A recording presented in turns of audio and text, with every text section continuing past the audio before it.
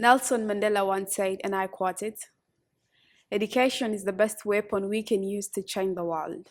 Hello, salam alaikum. You just tuned to the Sot Banat podcast. I am your host, Achol Deng, for the Sot Banat podcast, the voice of the girl child, together with Monica Iman. Hello, Monica. Hi, Agnes. How are you doing? I'm good. That's fine. Yes. So, education is the foundation for empowerment, yet in South Sudan, young girls never finish school. That's right. Why and how can we stop this?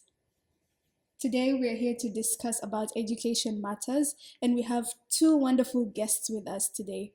We have Mrs. Akuja De Garang and Achol with us. Please introduce yourselves. Thank you, Monica. I'm Akuja De Garang, and I am a South Sudanese who is very passionate about girls' education. I've been working in girls' education for the past 10 years. Okay. So really happy to be here, and thank you for inviting me. Thank you for being here. Please, Achol, tell us about yourself. Thank you so much. I'm so glad to be here. I'm Achol Majur Deng. I work for Girls Education South Sudan as Communication Intern, and I'm so happy to be here today. I'm also so passionate about girls' education. It's something that I've been involving myself since I was in primary. And I'm so glad to be here today to discuss the girls' education topic with you. All right, that's pretty. Welcome so much, Achol. So out of all things, why did you decide to be passionate on the girls sector? I mean, I think I could say I motivated myself. Okay. Because sometimes you have to figure yourself out and see how your life will be. Okay. And if there's nothing that is pushing you, you don't have the courage, you don't have the zeal to do something good for yourself. And considering where I was raised, it's where like when even before you could hit puberty, you're already sold off. Yeah. So that's the South Sudan culture. Yeah, so being passionate about education started at early age because I'm so much into leadership. In my school, I found myself being the class monitor, from being the class monitor to being the head girl and all that. So I saw the underrepresentation of girls and how sometimes we are looked at like, most of the times our grades don't matter. And I was like, you know what, I should involve myself more and also encourage my fellow girls to know that we can do better.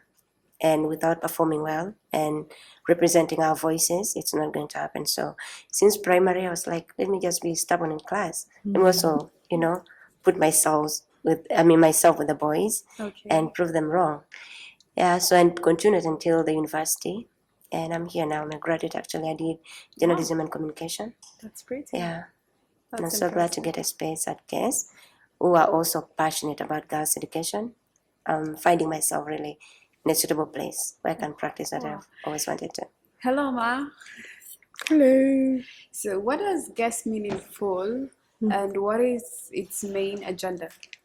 Okay, so GESS stands for Girls Education South Sudan. All right. And as the name states, our focus is about trying to get more South Sudanese girls into education, to get into primary and secondary school so that they can learn, but also complete their primary and secondary education.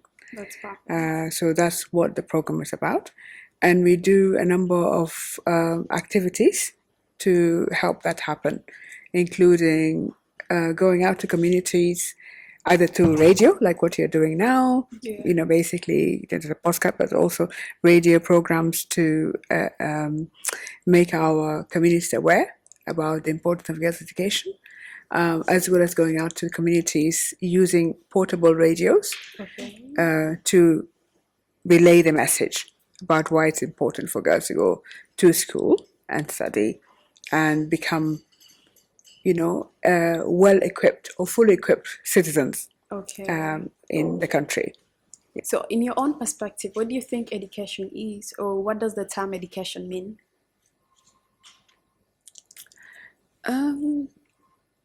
Education, I believe, is a terminology that maybe is being thrown around Okay. and is made to be different things. It's different things for different people, obviously. Okay. But for me, it's very basic.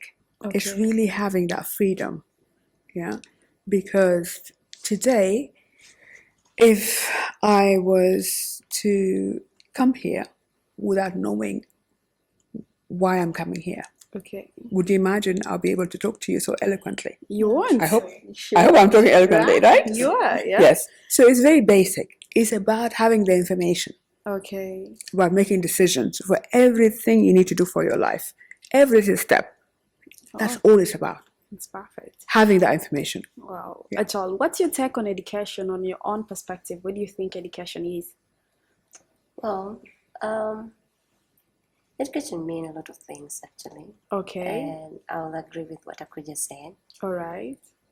You know, it comes with so much freedom and you make informed decisions. Like we're sitting here now talking about send the girls to school because we have seen, we have experienced it, how it is helping us. Okay. So education is something that it's really basic, something that you need in your life because we are transforming the world right now and we are transforming South Sudan. See what you're doing. You won't be sitting here and coming up with an idea if you were not educated. Okay. You know, so it's the freedom that comes with it, and you know, it's a necessity.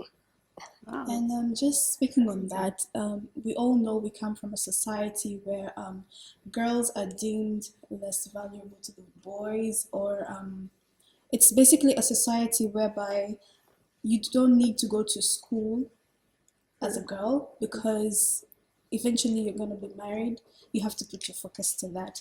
So so many girls have dropped out of school, and I feel like that's a barrier. Speaking on barriers, can you please reiterate what are the barriers do girls, especially in South Sudan, what barriers do they face to getting an education? Not just the basic school fees, lack of school fees, but what other factors are stopping young girls in South Sudan from gaining an education? That's right. Yeah. In my view, it all boils down to the element of economy, money, even all of the stuff that we do about the cultural stuff, yeah? So essentially, we know that our majority of our girls and women are prevented from going to school because of the cultural beliefs that our communities hold about the value of the woman. The value of the woman is only about her being married off and she bringing children and dowry into the household. So dowry and children, how does that quantify? Can you say something about that? It quantifies to what? It's about basic economy, right? Yeah. So that's one very basic thing. So our communities see us as basically walking dollars.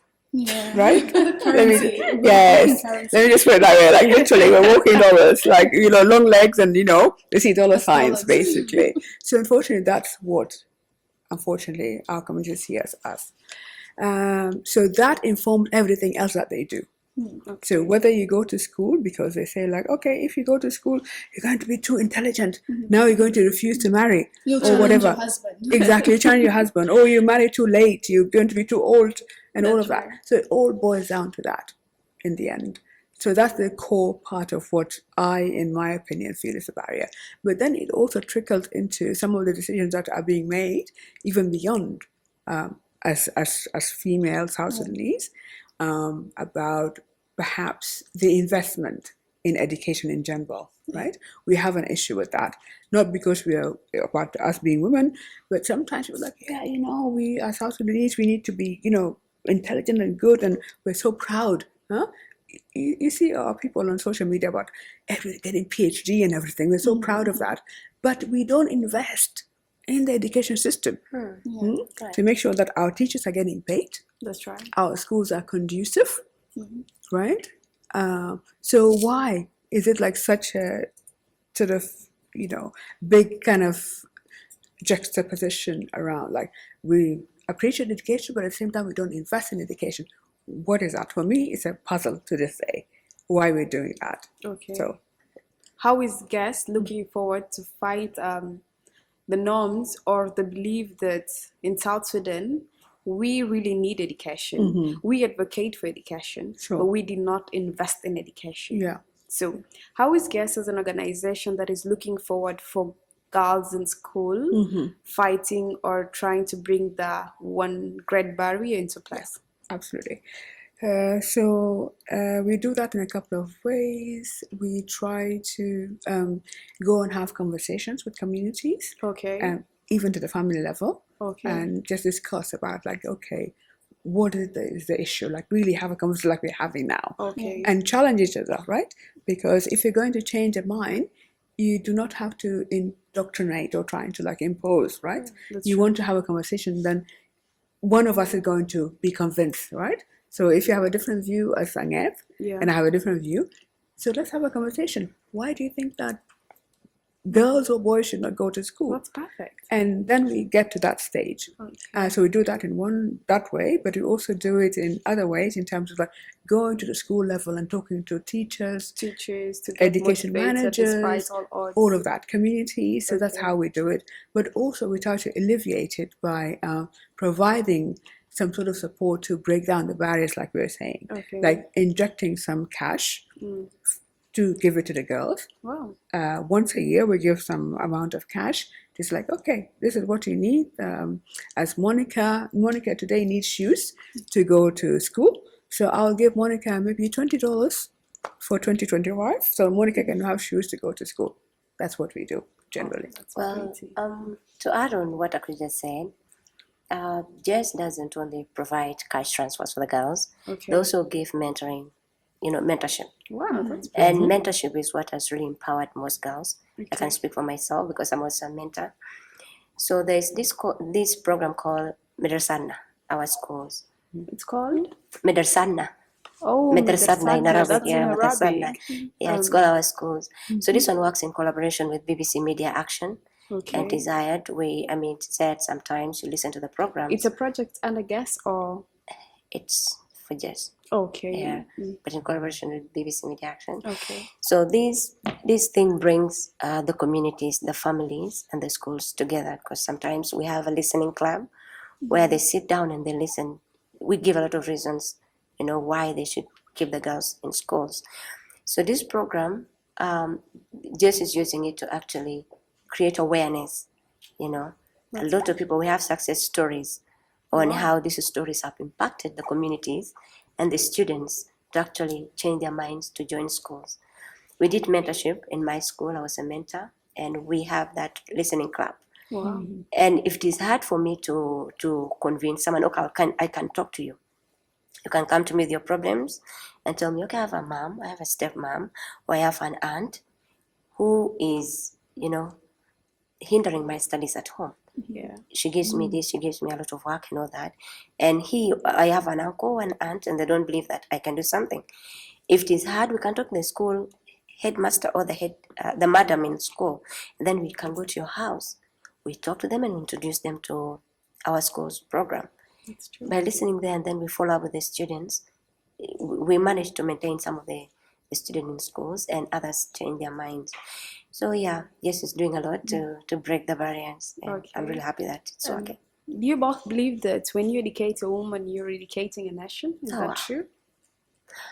I can speak. I don't want to praise Akuja because she's here, but I have to say it.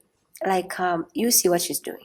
Okay. Okay, you see what she's doing, and I feel like GESS is the only program that has really worked a lot for That's 10 your good years feeling. now. That's your Yes, feeling. But being what's the headed by reality? the belief. What's your reality? 'Cause No, that's I'm the saying, feeling. okay, this is my belief, yeah, because a woman actually spearheaded it Wow. and that's ensured pretty. that girls are sent to school. Wow. A lot of people were recruited. We have changed, like, if you see our statistics, I'm sorry that I couldn't quote it, but if you see the progress of GESS in 10 years' time, you'll know that has really created a lot of, a big difference.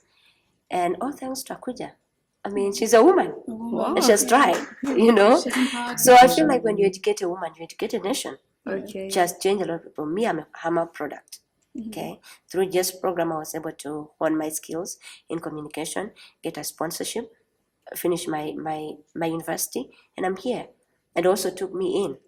So it's something that I believe that when you educate a woman, you educate a nation, because sometimes we support each other.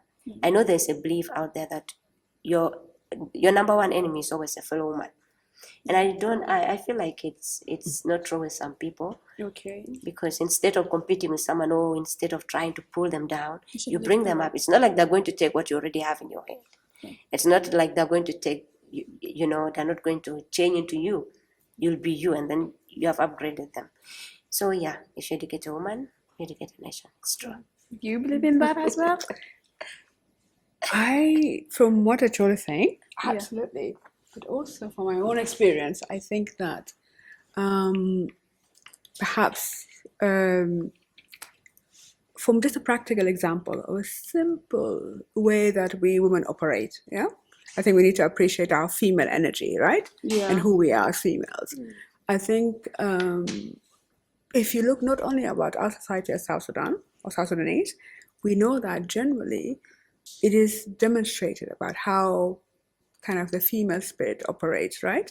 So we're about community, we're about family, despite the fact like I can fall in love with, where's Gen Z? Gen Z. Gen Z, but I can fall in love with Gen Z, right? Okay. So Gen Z can be my man or whatever, right? But still, my father, Madin De Garang, is still my first love. Yeah. And I'll always come back to make sure that my family of birth is going to be taken care of. And we know this. Yeah. I don't even need to say it, right? You all know it as females, right? Yeah. So wherever you go, you get married, you fall in love, but still the family that you're born into, you always... First priority. Exactly. Yeah. So that's all I have to say about that. So we all know it, right? Yeah. So there's no question around that. So. And so I like the fact that you go and tackle the matter with the girls, give them the empowerment themselves. But there's something I'd love to believe in, is that our parents are a great influence on us. We have children that come from homes whereby, this is from a personal experience. Yeah, not necessarily my family, but I have worked in psychosocial support for years. I have counseled a variety of parents and kids as well. And I have noticed a pattern in each one of them. A mother that is exhibiting signs of low self-esteem, and the daughter is picking up on the low self-esteem. Now you have her son, who is very outspoken, he's very challenging. And then when you speak to her husband, you notice that there's a similarity there. The boy is just like him. So you notice this is something that's going on. It's a generational thing. It's a cycle. So I feel like sometimes maybe when we are tackling the empowerment and taking it to the girls themselves, how about we take it to the parents themselves, empower them to feel like if they are, I don't know, a bit empowered, if they are a bit knowledgeable about the importance of education to our society with our girls, maybe they themselves can instill all that value from home. Then when programs like GESS come in, you're just adding on to something that's already from home. But when it's from the roots, you're adding from up here, but they go back home into the same thing. It kills a little bit of whatever you've added onto them. So what do you think about that? Should I go first? Go ahead. Okay, actually, this is, it just hit me with the truth. It's something that I've just feeling like it's hard. I'll say our mothers, our grandmothers and our mothers were brought up to be submissive. And sometimes even your hopes, your potentials, you just don't bring them out. Express them. Yeah, you don't be vocal about what you want. Yeah. You have to be here and then your man here. And it's true, we can do the rest in school and then they go back home to that. But I feel like we are changing, we are changing, and the time for our mothers is going. It's slowly We are diminishing. coming. Yeah. So we are trying, and I can't say that we are doing this thing all in vain. Yes, they can go back to that, but they've picked on something. They've picked on something. And some of them can see in their families, like, is this one helping my mom? Is it?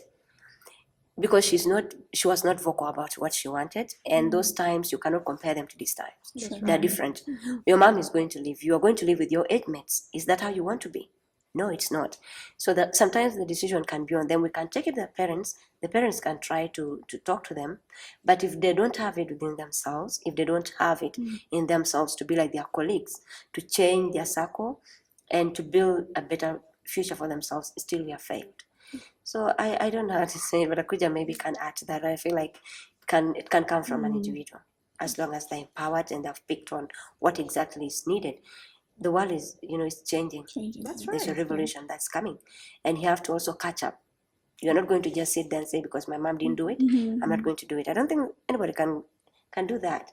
Like, okay, for example, if your mom is not like that, will you not come here and say, no, my mom, Of course not. I cannot, you cannot do that, right? But from a psychological point of view, I understand it's subconscious. It's something they pick up subconsciously and it just gets into your system. Yeah. But definitely the world is changing, and with programs like this, That's right. girls are going to pick it up and change. Yes, That's true. Yes, we have hope. Yeah. We have hope. We do. Yeah. So, what roles do you think the government can play in helping, encouraging girls to go to school? Or are there any policies or programs that the government has in place? Yeah, absolutely.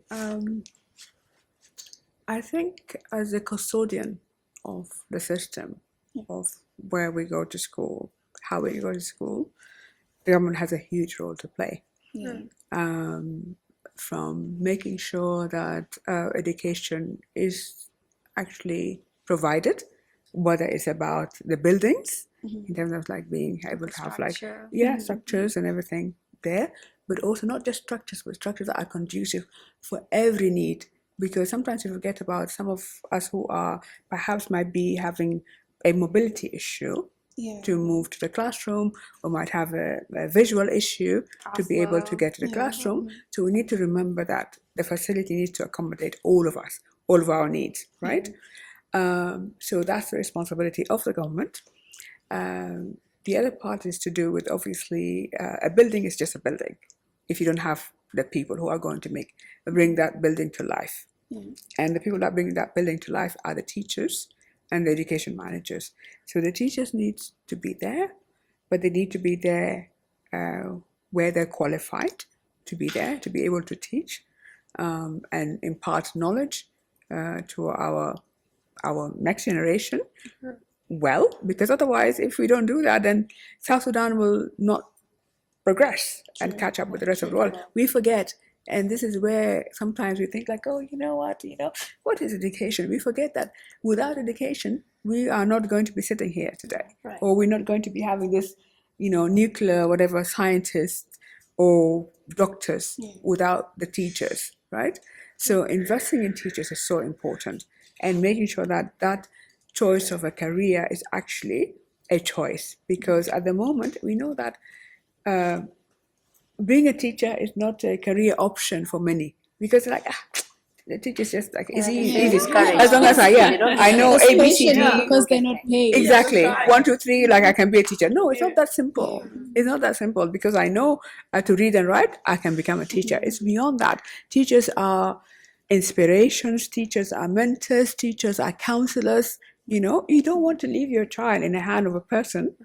Like imagine when we go to school at 3 years. 5 years of age, and we're leaving our children in the hand of someone who is going to influence their brain. So I don't know, societies forget about that. So teachers, I think, in my view, are the most important, choice in terms of career-wise. It's not even a career, it's like almost a calling, right? Like where people get called, right? A calling. Exactly. Like when people decide to be like a pastor or whatever, it is a calling. So I think teachers need to be appreciated and compensated, which means that their salaries need to be paid. Yeah. And that's the responsibility of the government. Yes, pay the teachers, please. They've not been paid now for over a year. Pay the teachers. And definitely the government have to set, the third thing is the government have to set the system right, the laws and what guides everything, when, schools should open, who should be in the system and all of that. So government has a huge responsibility to play. Okay. Does the GESS organization work in collaboration with the government of South Sudan? Very much so. Achol, do you want to say a little bit about that? You can explain. Yeah. No, we do, absolutely. So as you stated, GESS was established 10 years ago. That's approximately 2016. Actually, before that, even Before even more than that, like 2013. That's 2013, 2013. 24, yeah, that's when we started. After the war or before the war? Well, it depends which war you're talking about. So it's after the CPA, and then just before, like when we had our own, of course, 2013 and all of that. So before the 2013 internal. So it's been more than 10 years. Yes, so more than 10 years, definitely. So we started exactly in April of 2013. Wow, that's when we started. Yeah. So I believe by that time there was a high school dropout rates in the country. Indeed. It is more about maybe coming out of so many years of war. Okay. So it's more about us actually trying to figure out to become a country as South Sudan. Because those are the beginnings of, us becoming a country. So we noticed from when we're collecting data, so it's only based on the data that we had. Okay. We know that during the struggle, there were schools, the bush schools that they call them, the bush schools where, learners, I'm sure maybe your dad would say like, oh, you remember we used to learn under the tree or whatever. That's right. Yeah, right? Right? Yeah, sure. We were failing to believe yes, that. So those things, those schools were happening for sure. Yes, the system is trying to catch up with where we are, and definitely we've been working for a long time. Oh, that's awesome. That's amazing. You mentioned something about special needs, and this just came to my attention. We don't have a lot of programs catering to children with special needs, and I just want to know, do you have any programs that are catering to them? We have a little bit, but not where we should be. I think as a country, as we've been struggling to even get education to be a priority within our system as a country, as a norm, we're also struggling with making sure that learners with special needs or with different needs are accommodated. So we are working at different levels. I think the first level that we felt would be important to work on is about changing the system, and which is where we're working with the Ministry of Education to see where the policy about inclusive education, that's what it's called, making sure education is inclusive, not only for people with physical or mental disabilities, but also children of other, criteria in terms of they could be children who are displaced or refugee children. So all of those have special needs. So we've been working with the Ministry of Education to kind of make sure that the policy is actually being implemented. Okay. Yeah. So within the GESS programs, do you people offer direct scholarships or? No, we do not do scholarships. Okay. We provide a small stipend amount of money to girls. Okay.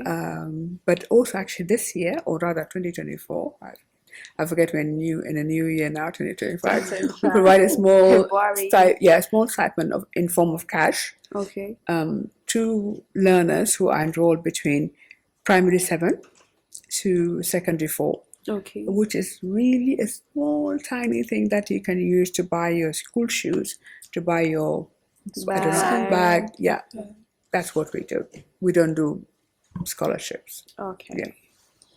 I just wanted to add, I think one other barrier to education in South Sudan could be the lack of assessment in mental capabilities, because I have studied about dyslexia before, and one thing I have noticed with dyslexic children is the fact that it starts in school, whereby the teacher has to be the first to identify that this child is actually dyslexic.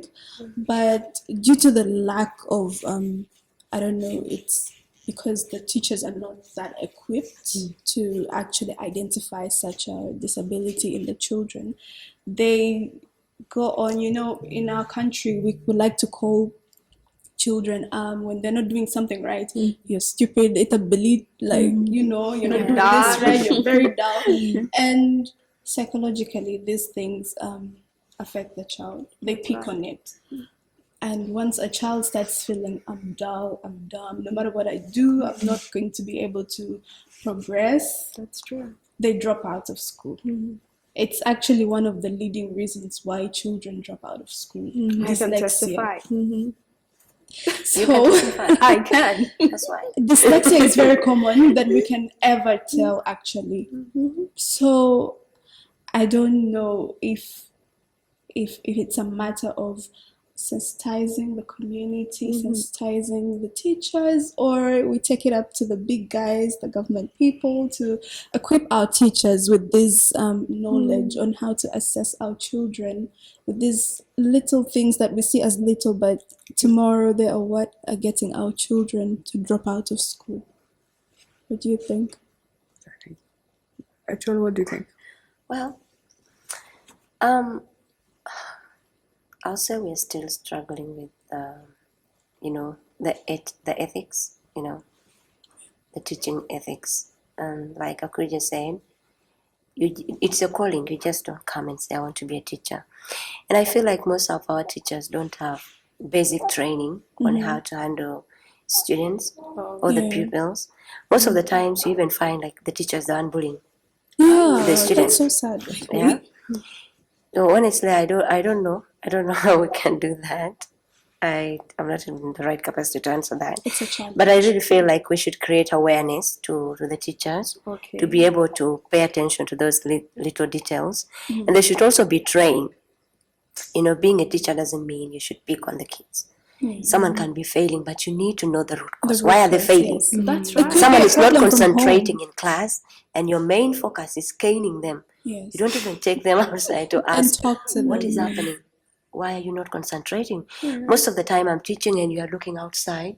Most of the time I'm asking questions and you have never raised your hand. Is everything okay? Yeah. They don't do that. They will insult you in front of the entire class, giving you that low self-esteem, and your confidence run away, Yes. and they start caning you.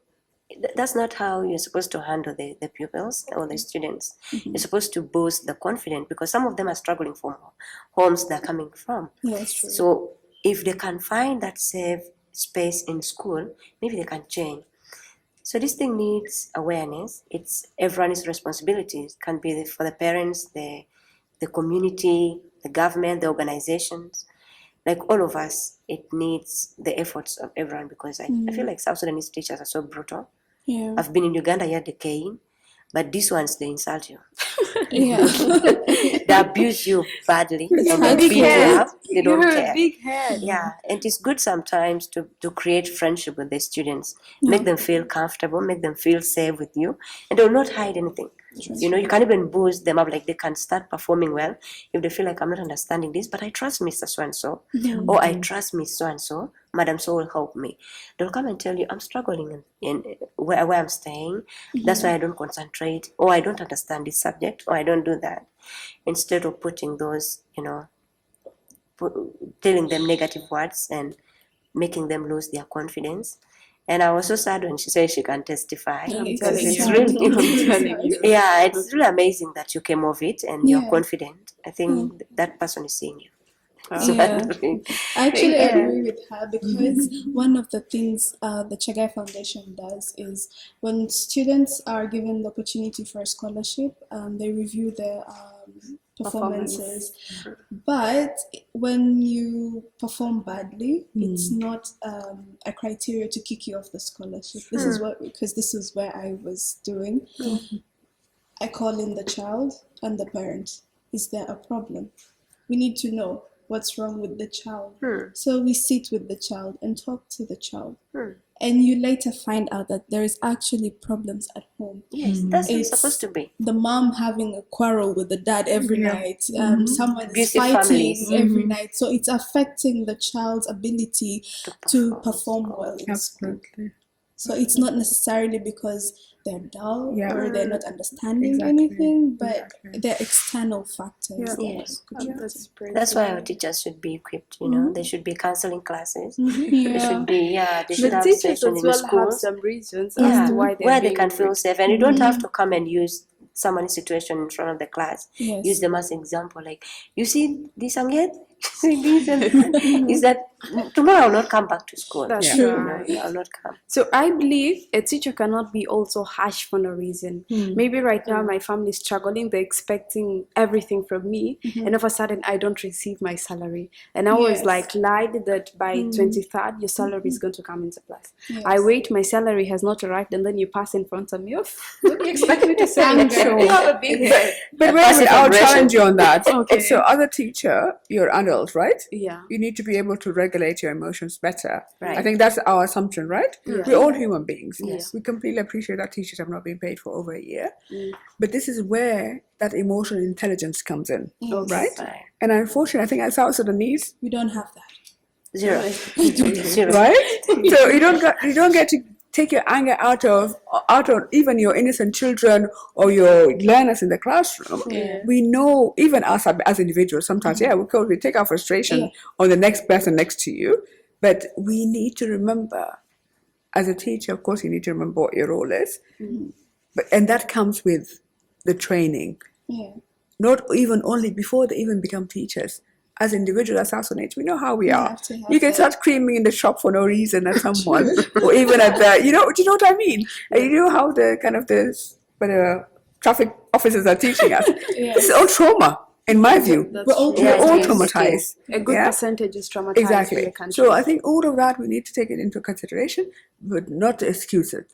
We need to remember that, right, there's a problem there. We need to all get our shit together. We hold ourselves accountable. Absolutely. And be able to, On my personal view, I feel like from when my country got her independence, organizations such as the GESS, the Chaga, and other organizations pushing forward towards girl education have really did their very, very best. And right now we have a good number of girls at school. Yes. But then the issue comes in that our teachers have not been paid for so long. And all of a sudden they provide quantity instead of quality. They be like, oops, at the end of the day, I'm not going to be paid. They do double job. They go and do another job, and they teach just because teaching is a calling. So since GESS has a connection to the government of South Sudan, when are we getting promised that this issue is no longer going to be in place? Or we are no longer going to face the same challenge of teachers not getting paid for over months? Ooh. I sure you want to say something. Our job differs from that of the government. We collaborate, yes, in terms of education, but how the teachers are paid, it's not the GESS's capacity, right? Sure. So these things are supposed to be fixed by the government, because the key priority of every government is strengthening the education system. That's right. It's the responsibility of the government to ensure that for the country to be transformed, for the country to develop, you're supposed to teach the young ones. And teaching the young ones, the people that are rendering the services, is in the government's right to pay them. We can't promise that, okay, by this year or by this period of time, they're going to fix things. It's on the government. We can't promise that. We can't come and sit here. But I believe the word partnership means a lot, or the word collaborating means a lot. Sure. In other words, maybe if they have their agenda list of the year, I'm sure they can also give GESS to review. Absolutely. Since they are collaborating. Sure. Or if GESS is having a serious concern on the education sector, they feel they can't handle on their own, they can give a request. Absolutely. So, and I can talk to that partnership. Okay. If you don't mind, Anget. Yeah, sure. So absolutely, we have that partnership. open. I think, as Achol was saying, like we can do as much as we can as a program, and as people who are passionate about education in South Sudan. And we have built a really good partnership with the Ministry of Education. Wow. And we know definitely that people from the minister, Honorable Nyan Deng, to the Undersecretary, Dr. Kuyok, who are very passionate about education in South Sudan. And they continue to advocate for that. We support them with the information that they need to be able to do that advocacy within the other, forums, like with the Ministry of Finance, in the Parliament, and all of that. We're doing that work. Absolutely. We do the work that they ask us to support them to do. Okay. And they recognize the importance of that. We're not saying that they don't recognize it, but ultimately, sometimes the decisions that are being made are beyond them, in my opinion. Beyond the Ministry of Education. Ministry, yes. They're apparently far bigger priorities for the country. But I know that for the last 10 years, there has been such a huge commitment from the Ministry of Education particularly, but also into the Ministry of Finance, because a lot of the challenge has to do with the resources, about paying teachers, getting kind of, all of the different grants. You would know probably there are grants that goes to the county, or go to the state, go to the county, go to the Payam. So we have been supporting the ministry to see how can we best unlock those challenges. So the desire and the will is there, but the practicality of doing it is another story. That's true. So we have spoken about formal education, empowerment, but there's still one other aspect we would like to dive into, and that's informal education, that is gaining a life skill. Because there are some people who believe, and this we have spoken in our previous episode, there's some people who believe that getting or going to school is not really necessary because they've had people like Elon Musk who didn't finish school, so they feel it's not really needed to go to the classroom and gain an education. But we believe that if there is someone out there that believes in that, maybe their capability isn't getting a life skill, and maybe they should pursue in that line. So are there any programs on gaining life skill, maybe computer classes, sewing, embroidery, tailoring? Are there any such in South Sudan or with GESS? Okay. So I think to go to the main sort of issue, I don't think it's about the importance of not going to school. For me, it's about not following the formal way of gaining knowledge. So we need to determine that way, So there's a way that people gain knowledge, like you have to go to like primary, secondary, university, right? That's what they're talking about. Right? So I don't believe that Elon Musk has not got an education. He got education, but not in the formal way that we think about it. So let's remember that. There's a big difference. Otherwise, if you don't know how to read or write, how would he be this big? Definitely. Right? So I think we confuse things sometimes, So we need to remember that it's not about like, I'm going to P1, P2, P3, and then finish, and then yes, definitely there are different ways of gaining knowledge. That is the purpose of what we call education. It's a very big term, education. You can earn education in different ways, right? So let's put that on the side. In terms of programs, as GESS, we don't do anything in terms of like alternative education in like tailoring or whatever. But what we did before is to help, for instance, if you are a teacher, particularly, we know that our teachers have not even completed secondary, many of them, for whatever reason. We try to condense the secondary, the 4 years, into 2 years, so that they're able to get their secondary education. And then if they decide to, they can come to Juba here to do their education whatever, BA in education in Jamajuba, but because you need that as a requirement, right? So that's one way we're doing it. The other stuff, I think I know there's many who are doing different sort of skills, like in terms of like technical and vocational training. There are activities or programs there, but not with Girls Education South Sudan. But I know like there are TVET and all kinds of different stuff that some organizations are doing in terms of supporting that. Yeah. So the conversation has been very interesting. Thank you. And in your own perspective, what is one message you will give to the young girls out there? As someone who had experience in advocating for girl child and in the education sector or girl empowerment, what is one of the greatest advice or quotes? Maybe when a young girl watches this video and then you pass me, you're like, Akuja, I am 20 years. When I was 10 years, I watched to a podcast where you were hosted, and this thing really motivated me. And it's one of the reasons I am who I am today. What could be that?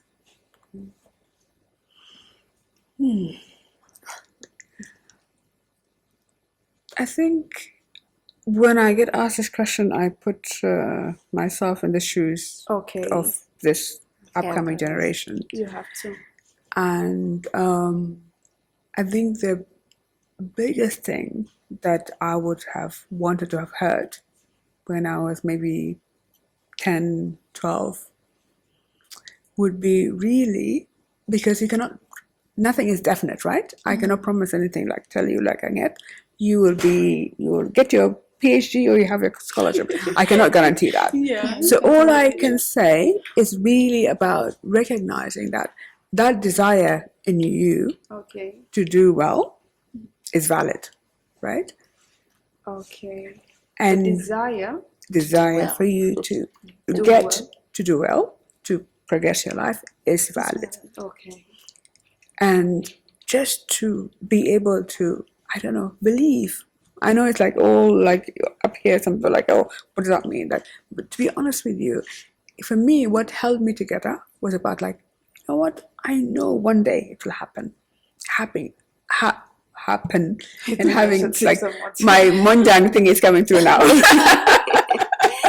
I would happen. So, that really, honestly, it's really, for me, it was really about like, you know what?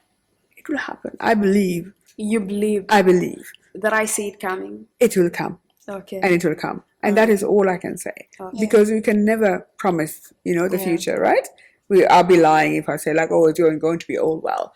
But I think that desire to drive you to get you what you want to be, what you want to do, is really the biggest driver. And then having that core desire or passion will help you to find solutions. Okay. Yeah. So that's all I can say. So hey young girl out there or listener, Mrs. Akuja is saying the desire or niyya taki عشان تبيعمل حاجة كويس بعدين في المستقبل. ناس كتير بيعمل value, like people would like you, people will appreciate you. But if you don't do well, ما تعمل كويس في الأسرة تاكي, ما في زل بيرودي. So we throw back to Achol.